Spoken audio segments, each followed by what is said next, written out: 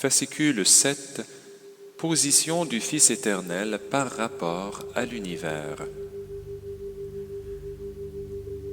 Le Fils originel se préoccupe toujours d'exécuter les aspects spirituels du dessein éternel du Père, tels qu'ils se déroulent progressivement dans les phénomènes des univers en évolution avec leurs multiples groupes d'êtres vivants.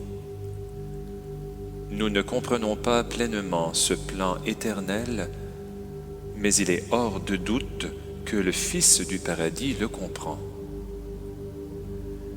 Le Fils est semblable au Père en ce sens qu'il cherche à donner le maximum de lui-même à ses fils coordonnés et à leurs fils subordonnés.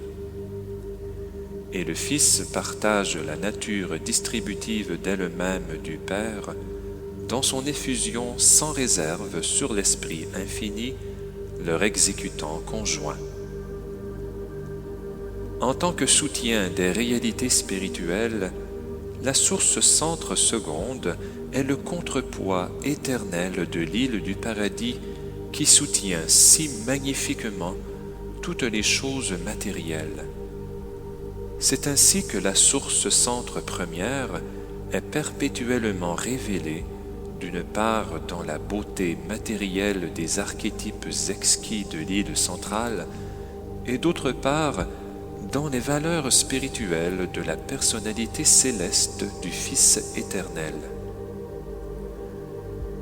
Le Fils éternel est le soutien effectif de la vaste création des réalités d'esprit et des êtres spirituels.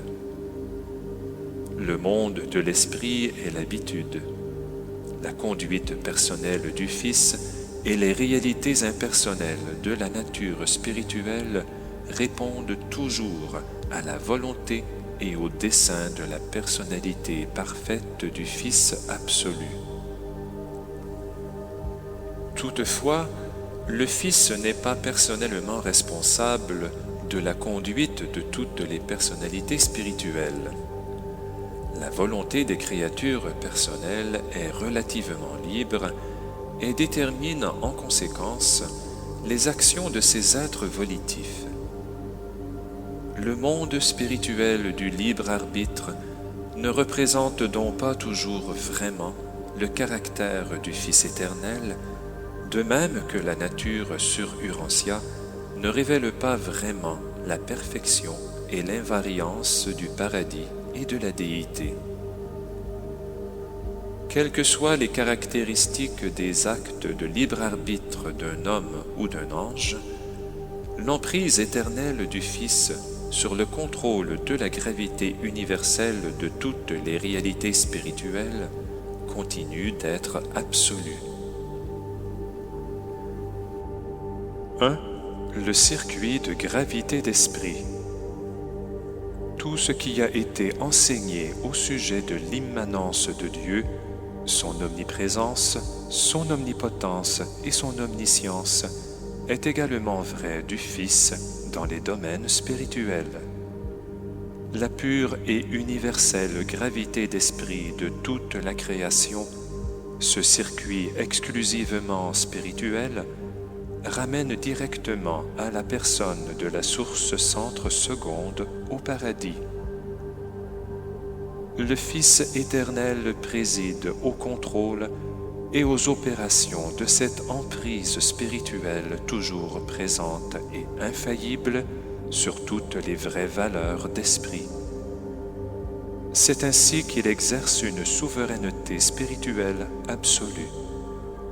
Il tient littéralement, pour ainsi dire, dans le creux de sa main, toutes les réalités d'esprit et les valeurs spiritualisées. Le contrôle de la gravité spirituelle universelle est la souveraineté spirituelle universelle. Ce contrôle gravitationnel des choses spirituelles s'exerce indépendamment du temps et de l'espace. C'est pourquoi l'énergie d'esprit n'est pas affaiblie par la transmission. La gravité d'esprit n'est jamais retardée par le temps, ni diminuée par l'espace. elle ne décroît pas proportionnellement au carré de la distance où elle est transmise. Les circuits de pouvoir spirituel pur ne sont pas freinés par la masse de la création matérielle. Cette transcendance du temps et de l'espace par les énergies d'esprit pur est inhérente à l'absoluité du Fils. Elle n'est pas due à l'intervention des forces d'antigravité de la source centre troisième. Les réalités d'esprit réagissent au pouvoir d'attraction du centre de gravité spirituelle selon leur valeur qualitative, le degré actuel de leur nature spirituelle. La substance d'esprit, qualité, répond tout aussi bien à la gravité d'esprit que l'énergie organisée de la matière physique, quantité, répond à la gravité physique. Les valeurs spirituelles et les forces d'esprit sont réelles. Du point de vue de la personnalité, l'esprit est l'âme de la création. La matière en est le corps physique fugace. Les réactions et fluctuations de la gravité d'esprit sont toujours conformes au contenu des valeurs spirituelles, au statut spirituel qualitatif d'un individu ou d'un monde. Ce pouvoir d'attraction répond instantanément aux valeurs inter- et intraspirituelles de toute situation d'univers ou de conditions planétaires. Chaque fois qu'une réalité spirituelle s'actualise dans les univers, ce changement nécessite un rajustement immédiat et instantané de la gravité d'esprit.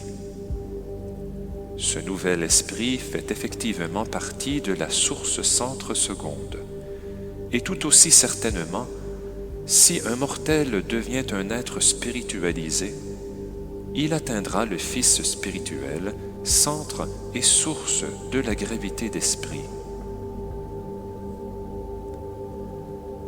Le pouvoir d'attraction spirituelle du Fils est inhérent à un moindre degré chez beaucoup d'ordres paradisiaques de filiation, car à l'intérieur du circuit absolu de gravité d'esprit, il existe des systèmes locaux d'attraction spirituelle qui fonctionnent dans les unités secondaires de la création. Ces focalisations subabsolues de la gravité d'esprit font partie de la divinité des personnalités créatrices du temps et de l'espace, et elles sont en corrélation avec le super-contrôle expérientiel émergent de l'être suprême. La gravité d'esprit et la réponse à son attraction opèrent non seulement dans l'univers comme un tout, mais aussi entre les individus et les groupes d'individus. Il y a une cohésion spirituelle entre les personnes spirituelles et spiritualisées de tout monde, de toute race, de toute nation ou de tout groupe de croyants. Il existe une attirance directe de nature spirituelle entre des personnes de mentalité spirituelle ayant les mêmes goûts et les mêmes désirs profonds. Le terme affinité d'esprit n'est pas entièrement une figure de rhétorique. À l'instar de la gravité matérielle du paradis, la gravité spirituelle du Fils éternel est absolue. Le péché et la rébellion peuvent interférer avec les opérations des circuits d'un univers local, mais rien ne peut suspendre la gravité d'esprit du Fils éternel. La rébellion de Lucifer a produit de nombreux changements dans votre système de mondes habités et sur Urantia, mais nous n'observons pas que la mise en quarantaine spirituelle de votre planète qui en a résulté ait affecté le moins du monde la présence et la fonction soit de l'Esprit omniprésent du Fils éternel, soit du circuit de gravité d'esprit qui lui est associé. Toutes les réactions du circuit de gravité d'esprit du grand univers sont prévisibles. Nous reconnaissons toutes les actions et réactions de l'Esprit omniprésent du Fils éternel et nous constatons que l'on peut s'y fier. En conformité avec des lois bien connues, nous pouvons mesurer la gravité spirituelle et nous le faisons exactement comme les hommes essayent de calculer le fonctionnement de la gravité physique finie. L'Esprit du Fils fait une réponse invariante à toute chose, tous êtres, toute personne spirituelle. Et cette réponse est toujours conforme au degré d'actualité, degré qualitatif de réalité, de toutes ces valeurs spirituelles. Mais à côté de cette fonction très sûre et prévisible de la présence spirituelle du Fils éternel, on rencontre des phénomènes dont les réactions ne sont pas aussi prévisibles. Ces phénomènes dénotent probablement l'action coordonnée de l'absolu de déité dans les domaines où émergent des potentiels spirituels. Nous savons que la présence en esprit du Fils éternel est l'influence d'une personnalité majestueuse et infinie, mais nous ne considérons guère comme personnelles les réactions associées aux accomplissements que nous attribuons à l'absolu de déité. Du point de vue de la personnalité, et considéré par des personnes, le Fils éternel et l'absolu de déité paraissent être en rapport de la manière suivante. Le Fils éternel domine le royaume des valeurs spirituelles actuelles, tandis que l'absolu de déité paraît imprégner le vaste domaine des valeurs spirituelles potentielles. Toute valeur actuelle de nature spirituelle trouve à se loger dans l'emprise de gravité du Fils éternel. Mais si elle est potentielle, elle trouve apparemment sa place dans la présence de l'absolu de déité. L'esprit semble émerger des potentiels de l'absolu de déité. L'esprit évoluant trouve sa corrélation dans les emprises expérientielles et incomplètes du suprême et de l'ultime. L'esprit trouve enfin sa destination finale dans l'emprise absolue de la gravité spirituelle du Fils éternel. Tel paraît être le cycle de l'esprit expérientiel, mais l'esprit existentiel est inhérent à l'infinité de la source-centre seconde.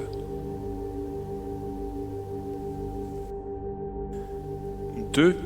L'administration du Fils éternel. Au paradis, la présence et l'activité personnelle du Fils originel sont profondes et au sens spirituel absolu. Lorsque nous sortons du paradis à travers Avona et que nous entrons dans les royaumes des 7 super-univers, nous détectons de moins en moins d'activité personnelle de la part du Fils éternel.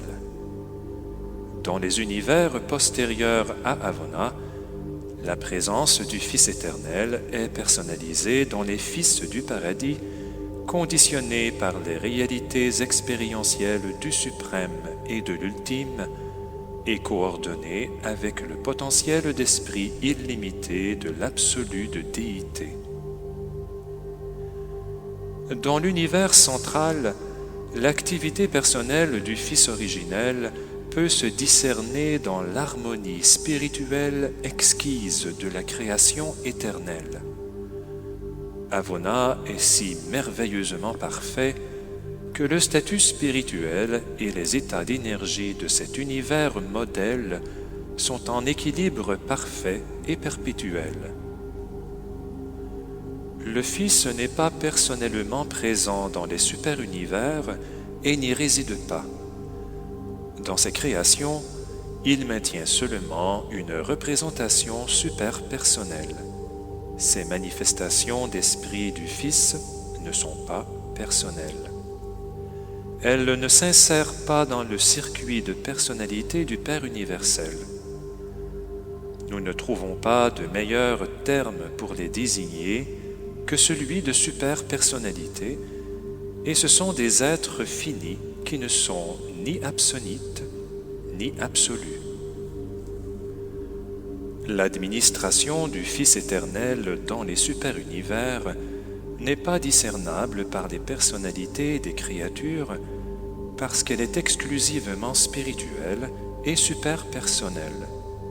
Néanmoins, l'impulsion spirituelle de l'influence personnelle du Fils imprègne tout et se rencontre dans toutes les phases d'activité de tous les secteurs des domaines des anciens des jours.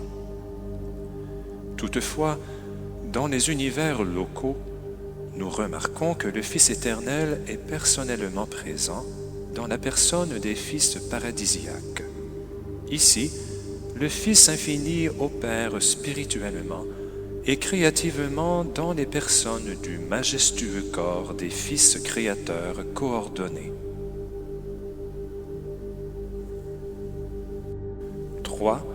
Position du Fils éternel par rapport aux individus. Au cours de leur ascension dans l'univers local, les mortels du temps considèrent le Fils créateur comme le représentant personnel du Fils éternel. Mais lorsqu'ils commencent à s'élever dans le régime d'éducation du super-univers, les pèlerins du temps détectent de plus en plus la céleste présence de l'esprit inspirant du Fils éternel, et ils sont aptes à en tirer profit en s'ouvrant à ce ministère de dynamisme spirituel. Dans Avona, les ascendeurs deviennent encore plus conscients de l'esprit du Fils originel qui pénètre tout et les englobe avec amour. L'esprit du Fils éternel n'habite le mental ou l'âme des pèlerins du temps à aucun stade de leur ascension de mortels. Mais sa bienfaisance est toujours proche et toujours intéressée au bien-être et à la sécurité spirituelle des enfants du temps qui s'élèvent. L'attraction de la gravité spirituelle du Fils éternel constitue le secret inhérent à l'ascension au paradis des âmes humaines qui survivent.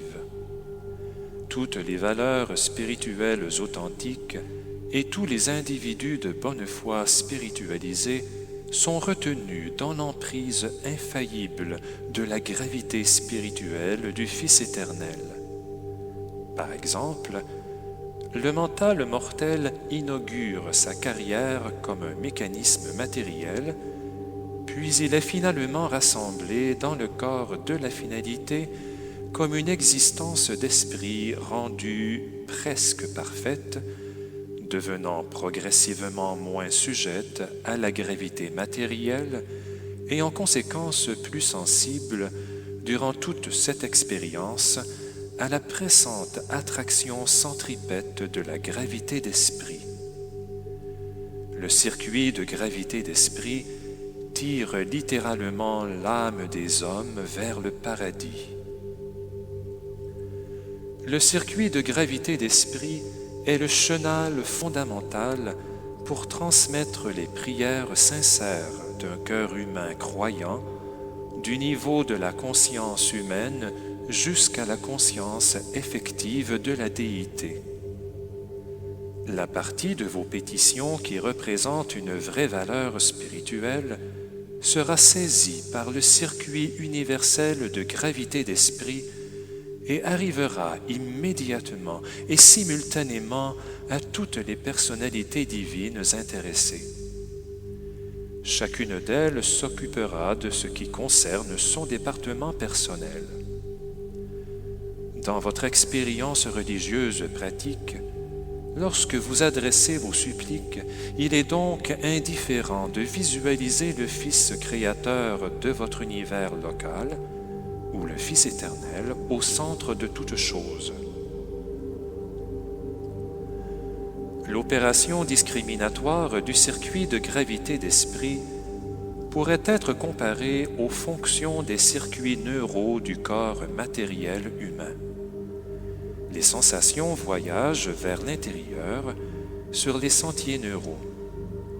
Certaines sont retenues par les centres spinaux automatiques inférieurs qui réagissent. D'autres parviennent au centre du cerveau inférieur, moins automatiques, mais éduqués par l'habitude. Enfin, les messages vitaux les plus importants court-circuitent ces centres subordonnés et sont immédiatement enregistrés dans les niveaux supérieurs de la conscience humaine. Mais combien plus parfaite est la splendide technique du monde spirituel. Si votre conscience donne naissance à quelque chose qui comporte une valeur spirituelle suprême, et dès que vous l'exprimez, nul pouvoir dans l'univers ne peut empêcher le message d'être projeté comme un éclair jusqu'à la personnalité spirituelle absolue de toute création. Au contraire, si vos suppliques sont purement matérielles et entièrement centrées sur vous-même, il n'existe aucun plan permettant à ces prières indignes de s'insérer dans le circuit d'esprit du Fils éternel. Le contenu de toute pétition non dictée par l'esprit ne peut trouver aucune place dans le circuit spirituel universel. Ces requêtes purement égoïstes et matérielles tombent mortes. Elles ne s'élèvent pas dans le circuit des vraies valeurs d'esprit. Les paroles en question ressemblent à des cuivres qui résonnent et à des cymbales qui retentissent. C'est la pensée motivante, le contenu spirituel, qui valide la supplique humaine. Les paroles sont sans valeur. 4. Les plans de perfection divine. Le Fils éternel est en liaison perpétuelle avec le Père dans la poursuite réussie du plan divin de progrès, le plan universel pour la création, l'évolution, l'ascension et la perfection des créatures douées de volonté. Et en matière de fidélité divine, le Fils est l'éternel égal du Père. Le Père et le Fils ne font qu'un pour formuler et poursuivre ce gigantesque plan destiné à faire aboutir les êtres matériels du temps à la perfection de l'éternité. Ce projet destiné à élever spirituellement les âmes ascendantes de l'espace est une création conjointe du Père et du Fils, et avec la coopération de l'Esprit infini, ils s'occupent d'exécuter en association leur divin dessein. Ce plan divin pour atteindre la perfection embrasse 3 aventures universelles, 3 entreprises uniques, bien que merveilleusement reliées. 1. Le plan d'aboutissement progressif. C'est le plan du Père universel pour l'ascension par évolution. Ce programme fut accepté sans réserve par le Fils éternel lorsqu'il concourut à la proposition du Père « Faisons les créatures mortelles à notre propre image ». Ce dispositif pour rehausser les créatures du temps implique que le Père attribue des ajusteurs de pensée et dote les créatures mortelles des prérogatives de la personnalité. 2. Le plan d'effusion. Le plan universel qui vient ensuite est la grande entreprise du Fils éternel et de ses fils coordonnés pour révéler le Père. C'est le projet du Fils éternel qui consiste à effuser les fils de Dieu sur les créations évolutionnaires pour personnaliser et factualiser, pour incarner et rendre réel aux créatures de tous les univers l'amour du Père et la miséricorde du Fils. Les fils du paradis exercent une action inhérente au plan des fusions et forment un chaînon provisoire de ce service d'amour en réhabilitant ce que la volonté dévoyée des créatures a mis en danger spirituel. À tout moment et en tout lieu où le fonctionnement du plan d'aboutissement est retardé, si d'aventure une rébellion vient gâcher ou compliquer l'entreprise, alors les dispositifs d'urgence du plan des fusions entrent immédiatement en action. Les fils du paradis se tiennent engagés et prêts à opérer comme rétablisseurs, à se rendre dans les royaumes mêmes de la rébellion et à y restaurer le statut spirituel des sphères. C'est un tel service héroïque qu'un fils créateur coordonné a accompli sur Urantia en relation avec sa carrière d'effusion expérientielle pour acquérir la souveraineté. 3. Le plan du ministère de miséricorde. Lorsque le plan d'aboutissement et le plan d'effusion eurent été formulés et proclamés, l'Esprit infini, seul et de lui-même, projeta et mit en œuvre la formidable entreprise universelle du ministère de miséricorde.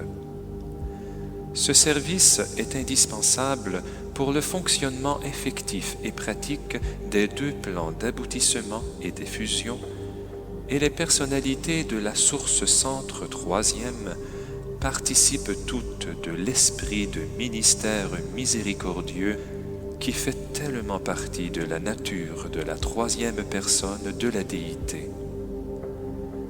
C'est non seulement dans la création, mais aussi dans l'administration que l'Esprit infini agit vraiment et littéralement comme exécutif conjoint du Père et du Fils. Le Fils éternel est le fidéi-commissaire personnel, le divin gardien du plan universel du Père pour l'ascension des créatures. Après avoir promulgué le commandement universel « Soyez parfaits comme moi-même je suis parfait », le Père confia l'exécution de cette grandiose entreprise au Fils éternel. Et le Fils éternel partage la charge de ce développement céleste avec son divin coordonné, l'Esprit infini. C'est ainsi que les déités coopèrent effectivement au travail de création, de contrôle, d'évolution, de révélation et de ministère, et si nécessaire, à la restauration et à la réhabilitation. 5. L'esprit d'effusion. Le Fils éternel s'est joint sans réserve au Père universel pour diffuser à toute la création cette injonction formidable « Soyez parfaits comme votre Père à Avona est parfait ». Et depuis lors, c'est toujours cette invite et ce commandement qui ont motivé tous les plans de survie et les projets d'effusion du Fils éternel et de sa vaste famille de fils coordonnés et associés. Et c'est dans ces effusions mêmes que les fils de Dieu sont devenus, pour toutes les créatures d'évolution, le chemin, la vérité et la vie. Le Fils éternel ne peut établir de contact direct avec les êtres humains comme le Père le fait par le don des ajusteurs de pensée prépersonnels. Mais le Fils éternel s'approche effectivement des personnalités créées par une série descendante graduée de filiation divine jusqu'à ce qu'il soit à même de se tenir en présence des hommes, parfois comme l'homme lui-même. La nature purement personnelle du Fils éternel est inapte à se fragmenter. Le Fils éternel exerce son ministère comme une influence spirituelle ou comme une personne, et jamais autrement. Le Fils trouve impossible de devenir une fraction de l'expérience d'une créature à la manière dont l'ajusteur du Père y participe, mais le Fils éternel compense cette limitation par la technique de l'effusion. Ce que l'expérience des entités fragmentées signifie pour le Père universel, les expériences d'incarnation des fils du paradis le signifient pour le Fils éternel. Le Fils éternel n'atteint pas les mortels comme la volonté divine sous l'aspect des ajusteurs de pensée habitant le mental des hommes, mais le Fils éternel est effectivement venu vers les mortels d'Urantia lorsque la personnalité divine de son Fils, Michael de Nébadon, s'est incarnée dans la nature humaine de Jésus de Nazareth. Pour partager l'expérience des personnalités créées, les fils paradisiaques de Dieu doivent prendre la même nature qu'elles et incarner leur divine personnalité comme les créatures elles-mêmes. L'incarnation, le secret de Sonarington, est la technique du Fils pour échapper au lien de l'absolutisme de la personnalité qui autrement l'enchaînerait totalement. Il y a longtemps, très longtemps, le Fils éternel s'est effusé sur chacun des circuits de la création centrale pour éclairer et faire progresser tous les habitants et pèlerins de Havona, y compris les pèlerins ascendants du temps. Au cours de ces 7 effusions, il n'a jamais opéré ni comme un ascendeur, ni comme un avonien. Il existait en tant que lui-même. Son expérience fut unique. Il ne la fit ni avec un humain, ni comme un humain ou un autre pèlerin, mais d'une certaine manière associative au sens suprapersonnel. Il ne passa pas non plus par le repos intérimaire entre le circuit intérieur de Havona et les rivages du paradis. Il n'est pas possible à un être absolu comme lui de suspendre la conscience de la personnalité, car c'est en lui que toutes les lignes de gravité spirituelle sont centrées.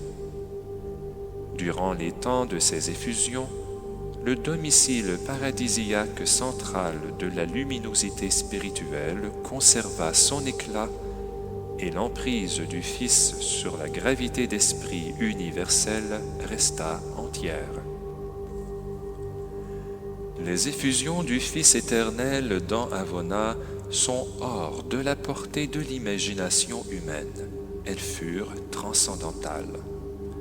À cette époque et ultérieurement, il accrut l'expérience de tout Havona, mais nous ne savons pas s'il ajouta quelque chose à l'aptitude expérientielle présumée de sa nature existentielle.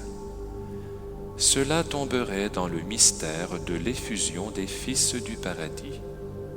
Quoi qu'il en soit, si le Fils éternel a acquis quelque chose au cours de ses missions d'effusion, nous croyons qu'il l'a toujours conservé depuis lors, mais nous ne savons pas de quoi il s'agit.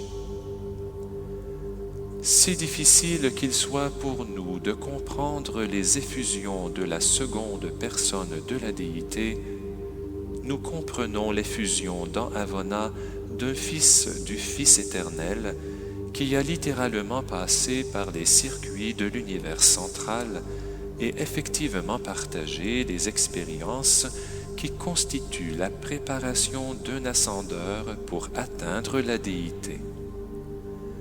Il s'agit du Michael originel, le premier-né des fils créateurs. Il passa par les expériences de vie des pèlerins ascendeurs, de circuit en circuit, voyageant personnellement avec eux sur un palier de chaque cercle au jour de Grand Fonda, le premier mortel qui atteignit Avona.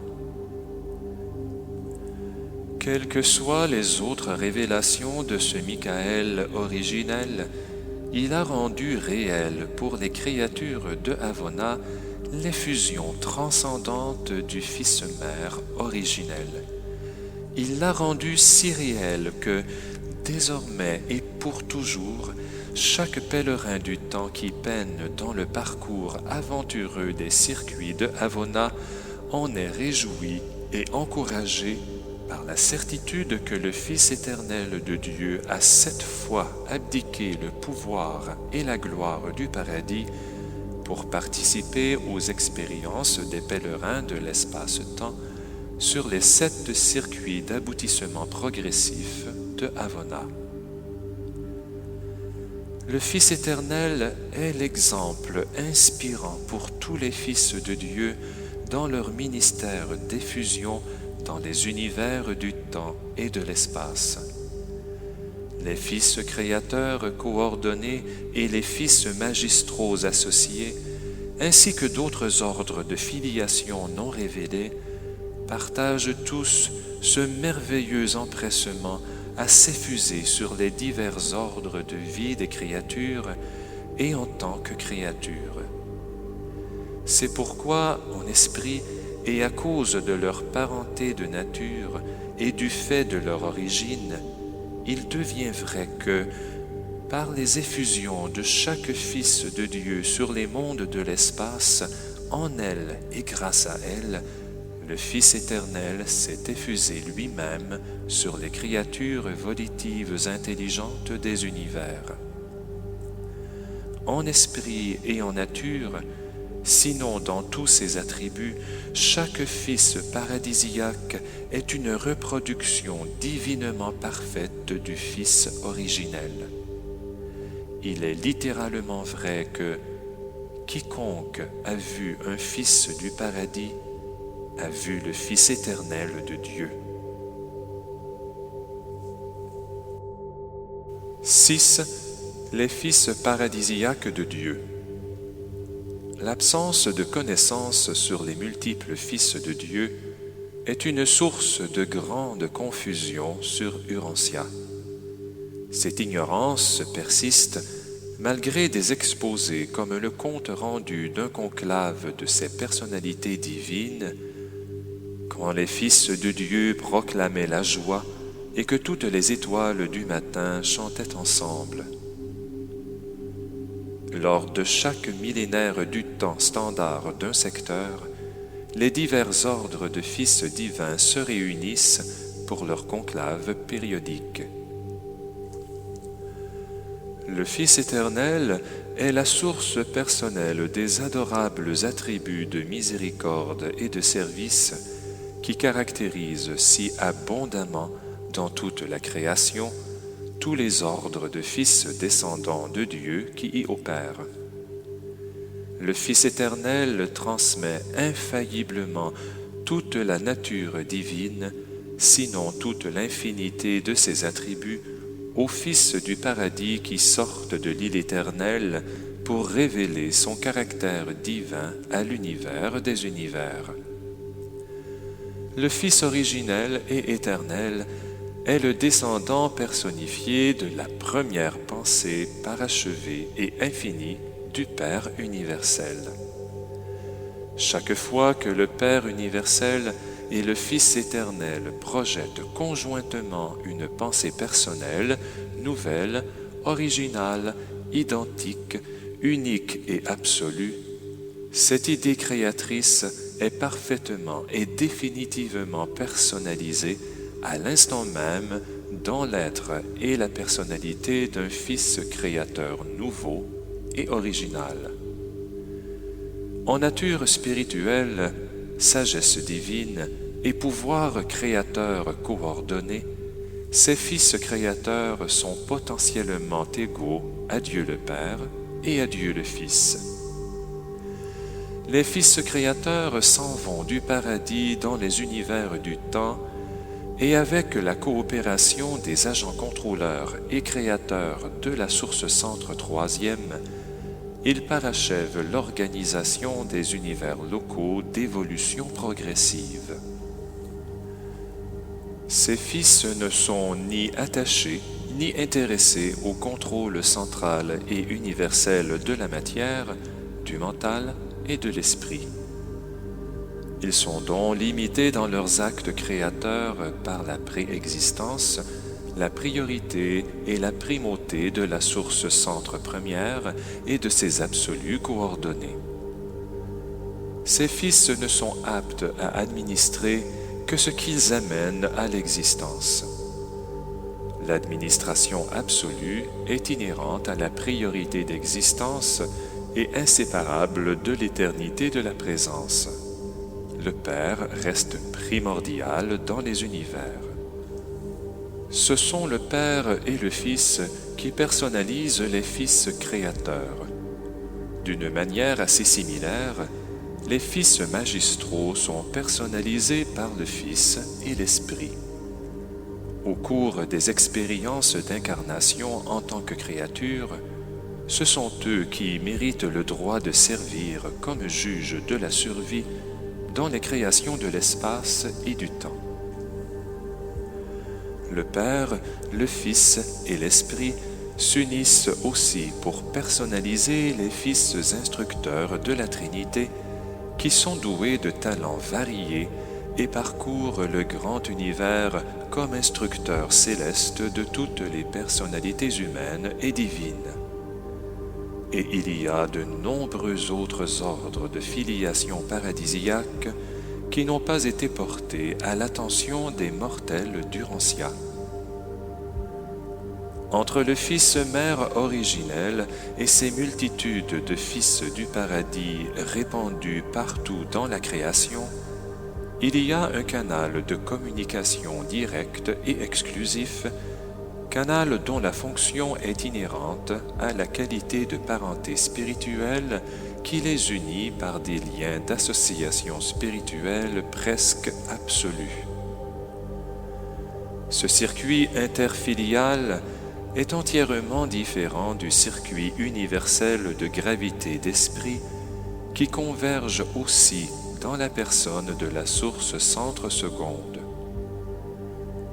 Tous les fils de Dieu issus des personnes des déités du paradis sont en communication directe et constante avec le Fils mère éternel. Et cette communication est instantanée. Elle est indépendante du temps, bien que parfois conditionnée par l'espace. Non seulement le Fils éternel connaît parfaitement à tout instant le statut, les pensées et les multiples activités de tous les ordres de filiation paradisiaque, mais il a aussi à chaque instant une connaissance parfaite de tout ce qui possède une valeur spirituelle dans le cœur de toutes les créatures de la création primaire centrale de l'éternité et des créations temporelles secondaires des fils créateurs coordonnés. 7. La révélation suprême du Père. Le Fils éternel est une révélation complète, exclusive, universelle et finale de l'esprit et de la personnalité du Père universel.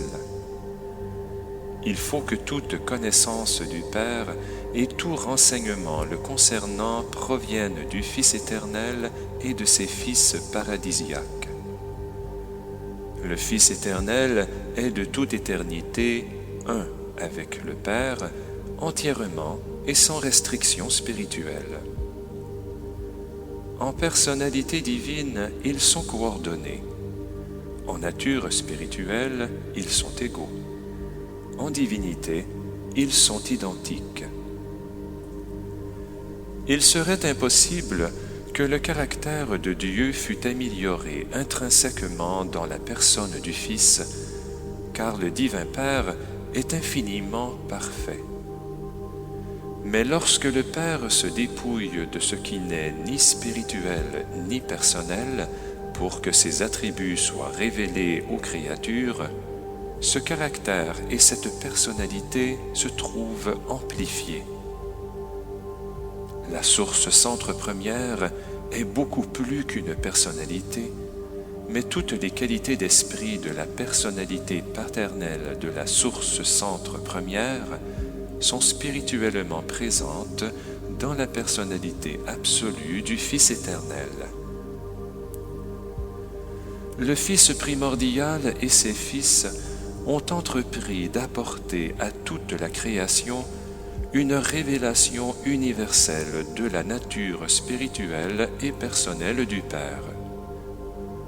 Dans l'univers central, les super-univers, les univers locaux ou sur les planètes habitées, c'est un Fils du paradis qui révèle le Père universel aux hommes et aux anges. Le Fils éternel et ses fils révèlent le chemin de la créature vers le Père universel.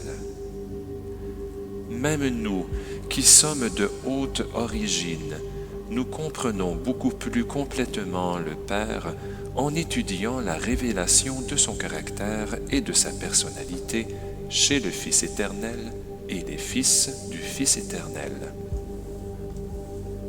Le Père ne descend vers vous en tant que personnalité que par les fils divins du Fils éternel, et vous atteignez le Père par le même chemin vivant.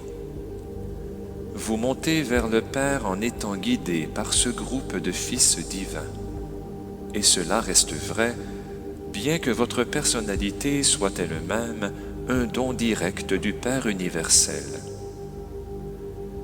Dans toutes ces activités étendues de la vaste administration spirituelle du Fils éternel, n'oubliez pas que le Fils est vraiment et effectivement une personne, tout comme le Père est une personne.